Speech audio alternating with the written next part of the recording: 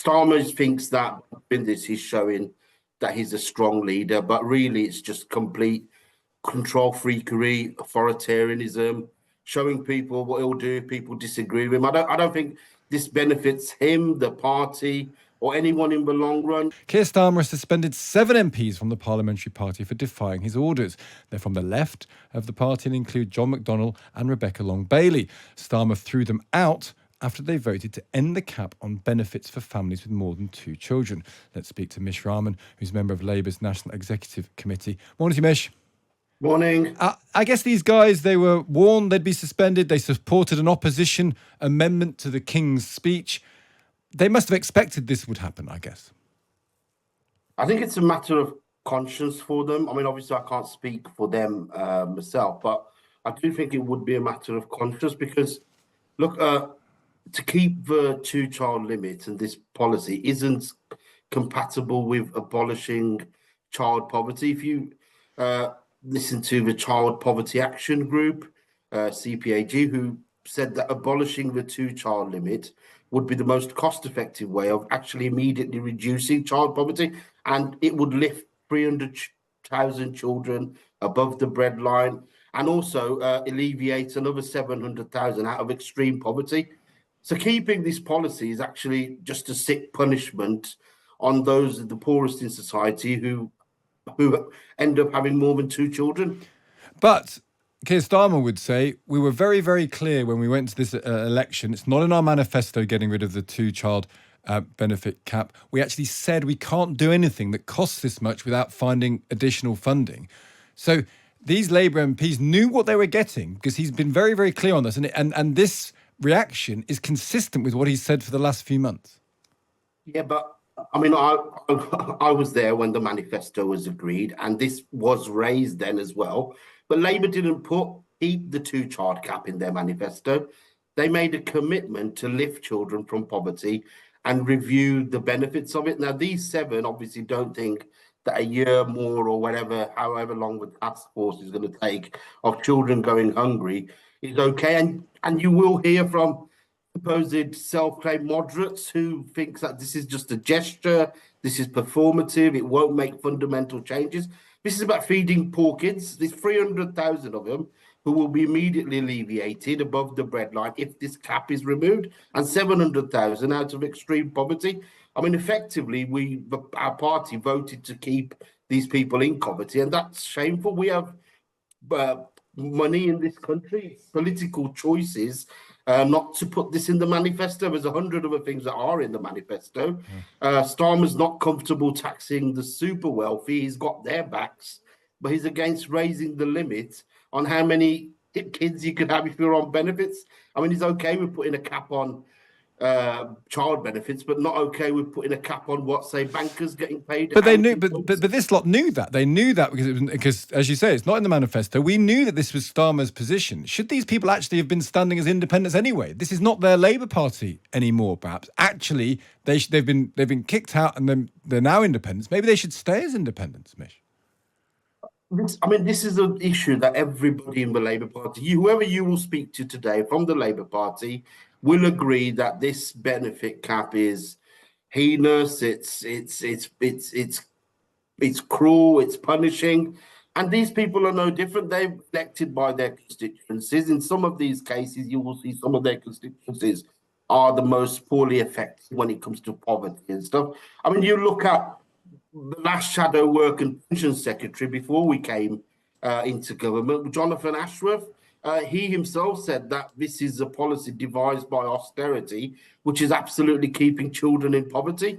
So this is not something that just these 7 believe, the whole Labour movement believe, but they actually decided that they're going to vote against keeping the cap because that's what their constituents would have demanded of them. Do you think Starmer could have done this if, say, 30 had rebelled? If he would he have suspended 30 people? I just think, look, Starmer thinks that in this he's showing that he's a strong leader, but really it's just complete control freakery, authoritarianism, showing people what he'll do if people disagree with him. I don't think this benefits him, the party, or anyone in the long run, just because, I mean, these are backbenchers, they're not front benchers. These people are there literally to represent their constituencies, and they have to go back and explain why they would have voted. But again, it's their part. I mean, they know what they were getting into. The thing, I understand what you're saying, Mish, but equally, Labour couldn't have been clearer on this point. They are not getting rid of the two-child benefit cap. It wasn't in their manifesto. They said they couldn't afford to do it. So he's doing no more than enforcing his own policy. Is that not the right thing to do, to say, at the minute, we can't afford this? I don't think it's the right thing to do, because everybody in the Labour Party, including Starmer, will criticise that cap. And what it shows is, and this is especially why politicians say one thing and do another, and this leads to the rise in a mistrust of politicians, where there's apathy, there's a rise in populist parties, in independents, when people say that we hate this, we want to get rid of it, but when it actually comes to voting for it, they won't. There's no reason why this couldn't be, the money to do this couldn't be found. There's no reason why, even if these 7 people had voted against it, why they had to have the whip taken away from them. I mean, they literally voted to end child poverty in the way that they thought voting against this would. So do you think in the heart of hearts, members of the cabinet all want to get rid of this two-child cap? I believe that everybody in the Labour Party wants to get rid of this cap. As I said before, if you go through previous interviews, if you interview anybody today, go back and look at what they've said in the past about this. I think everybody does.